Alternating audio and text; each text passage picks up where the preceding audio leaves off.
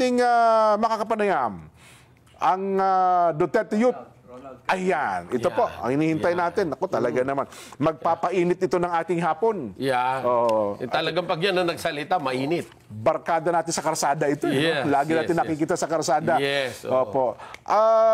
Ito po yun dating chairman ba ng National Youth Commission. Yes. Yan, ang atin pong binabanggit ay si Ginoong Ronald Cardema ng Duterte Youth. Siya po yung chairman. Chairman Ronald, napapanood po kayo sa Net25, napapakinggan po sa Radyo Agila at live din po sa aming mga social media account. Ako po si Jen, kasama po si Kuya Benny Antiporda. Chairman Ronald, magandang hapon po sa inyo. Good afternoon po, Sir Jen and Boss Benny. Ikaw pala ang boss ito. Mabubuko tayo, Congressman. Anyway, i-update mo muna kami, Chairman Ronald. Ano na ba estado ng Duterte Youth ngayon? Yung party list, Yes po. So ngayon pong eleksyon na ito, tayo ay nanalo. Tayo ay nasa number 2 sa buong bansa. At alam nyo, pag tinignan nyo lahat ng boto ng mga OFW sa iba't ibang bansa, tayo po yung number 1 sa kanila. Pag tinignan nyo rin yung boto ng local absentee voting ng ating mga pulis, sundalo at taga-gobyerno, tayo rin po ang number 1. So, inaasahan po nilang lahat, lampas 2 milyon na bumoto sa atin na ng Lunes, tayo po ay mapoproclaim na kanilang kinatawan sa Kongreso. Kaya lang po, mga 3 hours before proclamation, sinabihan po tayo ng COMELEC na hindi daw po muna tayo makakasama dahil may nakapending daw po sa atin noong 2019 pa na kinaso ng Kabataan Party List. Kaya kahapon po, Tuesday, niraise po natin to sa Korte Suprema. Definitely, ito po ay grave abuse of discretion. Bakit po? Unang-una, kahit naman nakapending yon 2019, pinaupo naman tayo for the 2019 elections and for the 2022 elections. So, abuse of discretion lang nila yon na hindi tayo paupuin ngayon. Pangalawa. Chairman Ronald, bago mo ituloy, iliwanagin ko lang, ngayon kasi 19 Congress, may nakaupo tayong isa, di ba, na representante ng Duterte Youth? Yes po, sir. Yes po. Ayun, At yung Duterte Youth, wala namang question kasi 2019 pa yung complaint ninyo. Wala namang naging problema sa 19 Congress. Wala po, sir. Yes, sir. Ayun, Hindi, pero kanina, nung in-interview namin ng spokesperson ng COMELEC, sinasabi niya na meron daw bagong complaint ngayon. Hindi, may pending. May pending ng 2019 at meron ding complaint para ngayong taong ito. Itong 2025 elections. Totoo ba yon? Meron pong, itong Kabataan Party List, nag-file na naman 3 days before the election, pero hindi pa siya pwede i-consider kasi hindi pa nga po nakakarating yung kopya sa amin. Kahit yung mismong detalye, hindi pa namin alam, hindi pa kami na uutusan mag-answer dun sa mismong reklamo. Kaya, bakit ka magsasama ng kaso na hindi pa tapos yung process ng kaso kahit man lang yung kinakasuhan, hindi pa inform po anong laman? Ayun. Pero yung case... Kasi po, Opo. pwede naman tayo magkaso sa kahit sinong gusto natin, kapitbahay natin, sa mga kasama natin, magkaso tayo. Pero hanggat di pa nga nare-receive ng kasuhan natin, hindi mo pa pwedeng sabihin na proseso na yun. Ano alam namin doon sa kasong? Pero Chairman Ronald, yung 2019, tama po na hindi talaga naresolba hanggang ngayon? Pending, yes po. Ito kasi yung mga kinaso sa amin para malaman po ninyo. Opo. Na kinasuhan kami ng vote buying.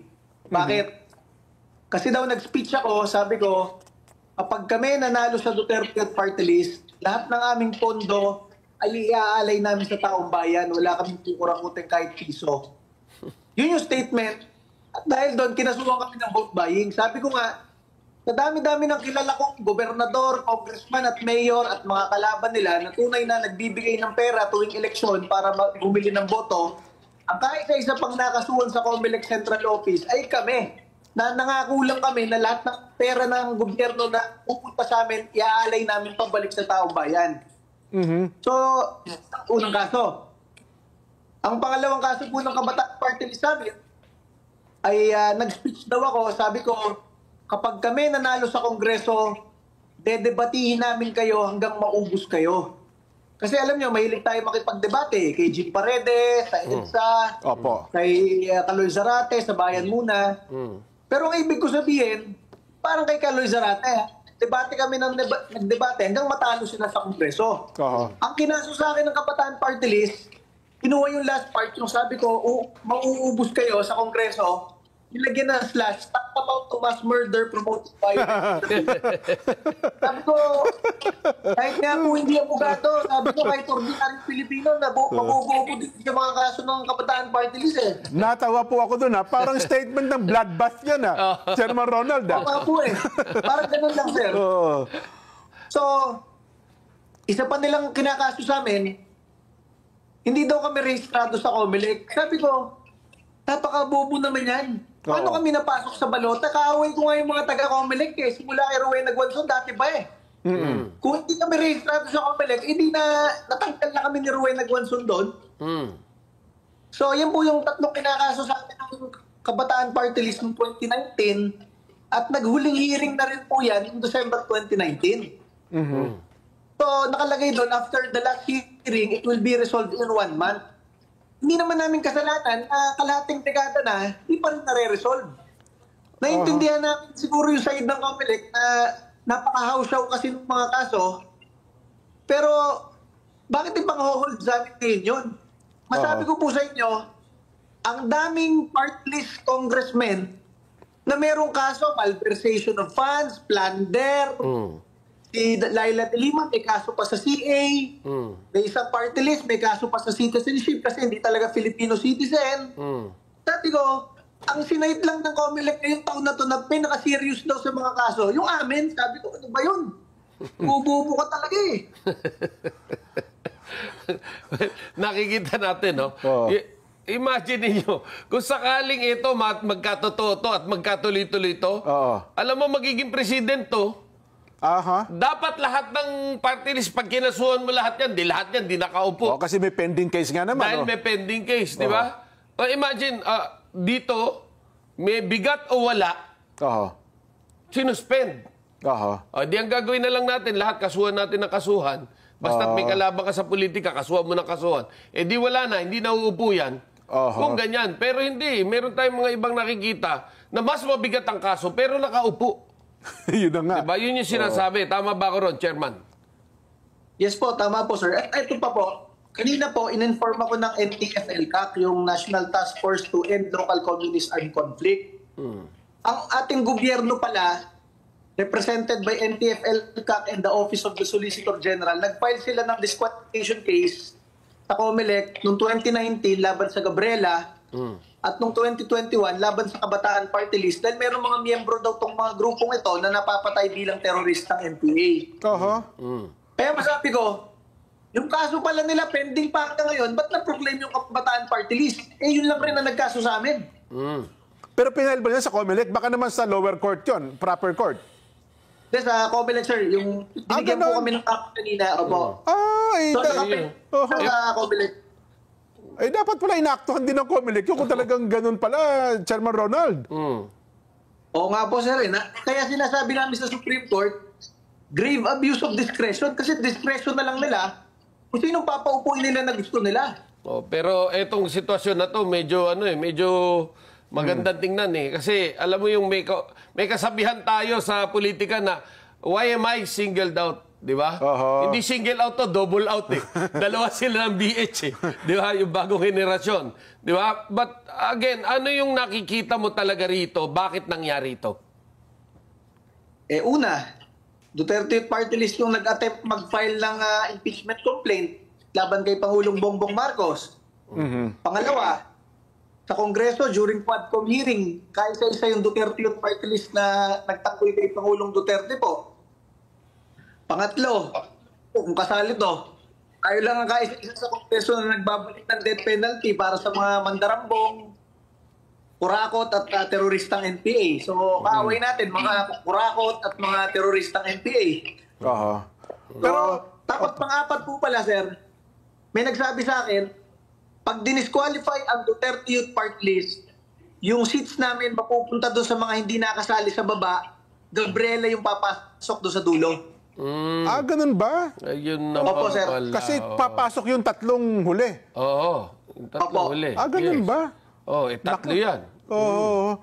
So, again, sa kabatir ng ating mga kababayan, nag-file kayo sa Supreme Court. Pero papaano, kasi ang sabi ng COMELEC, before June 30 ay maglalabas sila ng resolusyon sa usaping ito. Paano kung pumabor sa inyo yung desisyon ng COMELEC? Kung pumabor sa inyo. Di natin nahuhulaan yan kasi ang hinuhulaan natin meron silang grave abuse of discretion. Oo. Kasi wala naman nung difference na pending yan ng 2019, pending yan ng 2022 Oo.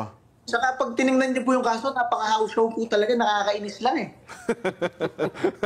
Oo nga, no? Maiinis ka nga talaga. Pero well, ang sabi kasi ng COMELEC, pending is pending, unresolved, Chairman. Ang tanong po natin sa kanila, bakit yung mga kasamahan namin puro pending, mas malala yung kaso, mas serious talaga at grave? Bakit Oo. sila lahat na-claim? Oo nga, no? Oo. Ang daming, kumbaga, mas malalalim yung kaso. Bakit nga naman na-proklama? Di ba? Pero ano pa po mga legal moves na pwede nyo gawin, Chairman Ronald?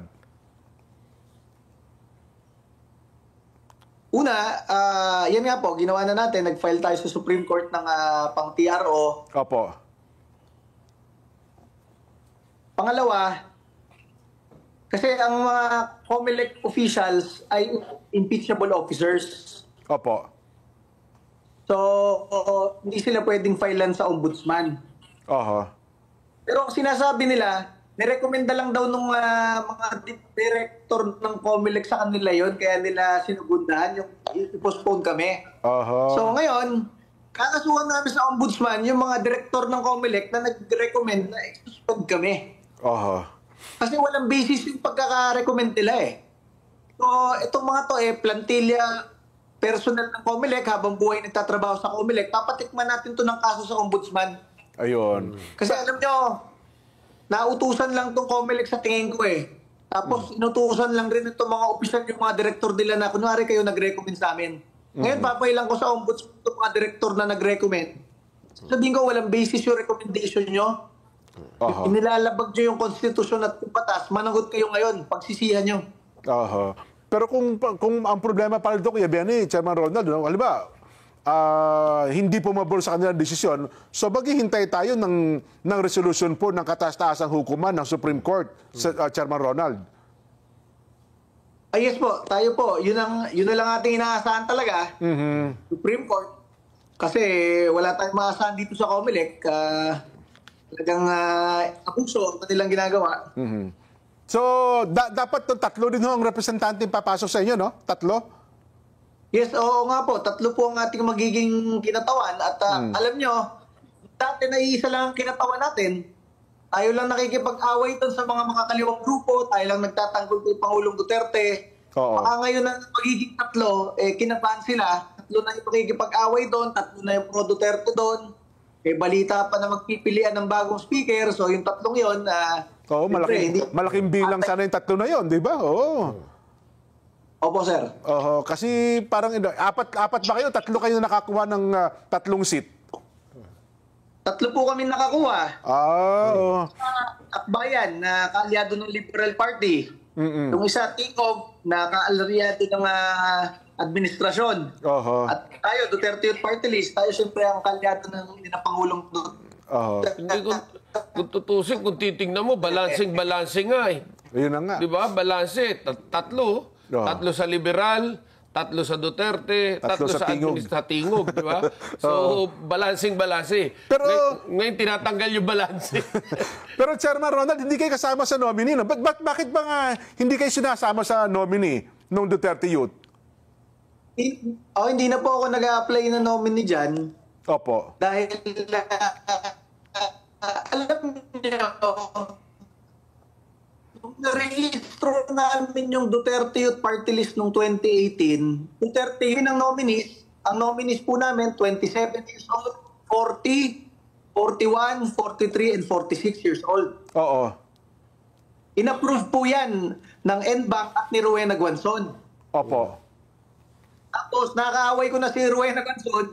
Nung ako yung nag-substitute, 33 years old ako, so umalis yung mga 40 plus. Umalit ako, 33 years old. Bigla na lang ako sinabihan na, Mr. Dema, you're out of age. Ah, ganon. Oo. Ang pagkakamali ko nun, sir, sinabihan kasi ako ng mga congressman-elect na kasama ko, pare, wag mo sasagutin yan kasi ano yan, medyo may something yan. So, huwag mo sagutin. So, 2 buwan, bakit ko yung sa akin si Pengweng, hindi ko sinasagot. Opo. So, sinabi niya sa media, pinadalan ko daw ng death threat yung tatay niyang 94 years old, pinadalan ko daw death threat yung nanay niyang 92, pati daw yung special child niyang pamangkin, pinadalan ko daw ng death threat. Tapos yun na sinasabi niya, overage na daw ako. Hindi ko sinasagot, dapat sinagot ko doon eh. Kaya ngayon sinasagot ko po lahat ng binabato sa atin para maliwanag agad sa media eh. Ayun, at least malinaw po yan, no? Oo, tama yan. Lagi ka sumagot para alam ng taong bayan anong totoo. Di ba? And of course, kapag wala kang makausap, nandito lang ang saga ng mamayan. Yan. Kami ang pwedeng maghatid ng iyong mensahe sa taong bayan. Kasi nagtataka yung meron kong kaibigan sa Mindanao. Sabi niya, binoto ko yan Duterte yun eh. Tapos ang alam ko niya, mananalo yan eh. Tapos bakit ganun dinisqualify? Marami akong kakilala, Kuya Chairman Ronald, na taga Mindanao na binoto kayo ng mga kaibigan natin doon. Kaya nanghihinayang din kung hindi kayo hindi uupo ang Duterte Youth sa Kongreso. Alam nyo kahapon, sir, bago kami mag-file sa Supreme Court, doon kami kumain sa Robinsons, Manila, doon kami nag-ayos ng papeles. Simula sa restaurant hanggang paglalakad sa loob, hanggang paglalakad sa labas. Siguro sabihin ko sa inyo, 7 sa kada 10 makakasalubong ko sinabi na, sir, binoto ko po kayo, laban lang po tayo. Ayun, Ito, ulit-ulitin ko to. Nagpahayag ang ating Pangulo na bati-bati na. Oo. Tama na yung politika. Ayaw na ng tao ng politika. Oo. Sagot nga nung ibang mga tao, hindi sa politika ayaw, sa ginagawa nyo. Diba? Pero, since ayaw na ng tao ng politika, sinabi na rin ng Pangulo ito, siguro naman itong sitwasyon ng Duterte Youth na ito, mapatunayan kung totoong bati-bati nga. Ayun. Dahil, alam mo, hindi naman pwede sabihin ng Pangulo na ito, napag-usapan na natin to. Hindi pwede sabihin ng Pangulo, hindi ko alam yan. Di ba? Gaya nangyari sa ICC. Naku, hindi ko alam yan. Di ba? Gaya nangyari dito sa impeachment. Naku, ayoko niyan. Tapos nandun. Ngayon, ito na naman. Sa Duterte Youth naman. Baka lumabas na naman, hindi ko alam yan. Nako. Anyway, Chairman Ronald, baka meron kayong gustong sabihin sa ating mga kababayan, yung mga kababayan din po namin na sumuporta at tumulong sa inyo, ano po mensahe nyo sa kanila? Yan po, tayo po ay nagpapasalamat sa ating mga kababayan Pilipino. Talagang pag titignan nyo yung local absentee voting, ang ating mga pulis, sundalo at mga tropa ng gobyerno, tayo ang binoto. Ating mga OFW sa iba't ibang bansa, pag tinignan nyo, kahit Amerika, Canada, Singapore, Hong Kong, Middle East, ang binoto po, Duterte Youth Party List. At dito po sa ating bansa, lampas 2 milyon nating kababayan dito, tayo po ang binoto. Para nung Lunes, makita nila ang kanilang mga kinatawan, proklama at maging palaban sa Kongreso. Pagtanggol ang ating mga advocacy, di ba? Opo. So sana po, tulungan niyo po kami dito sa ating laban na ito. Alam nyo, kaya tayo ginigipit dahil alam nila tayo ay matapang na lumalaban mga nangyayaring abuso sa ating bayan. At alam nila tayo ay lumalaban sa NPA at tayo ay lumalaban sa mga mandarambong at kurakot sa ating gobyerno. Kaya sana po, masabi ko sa inyo, ating mga kababayan, ituloy lang po natin ang ating laban. Dahil kung wala po tayo at hindi tayo lalaban, ang magwawagi po ang mga kurakot, ang mga kaalyado ng terrorist NPA at ang mga nagpapabaksak dito sa ating gobyerno at nagpapabulok dito sa ating gobyerno. Ayan. Chairman Ronald, salamat po at magandang hapon sa inyo. Yan po ay ating kaibigan mula sa Duterte Youth Party List. Ayan. Okay, hanggang sa susunod, Chairman Ronald. Pero... Okay guys, yun lang ang video natin for today. At don't forget to follow, like, share, subscribe to my YouTube channel. At maraming pong salamat sa inyong lahat. God bless everyone. I love you all. Bye-bye.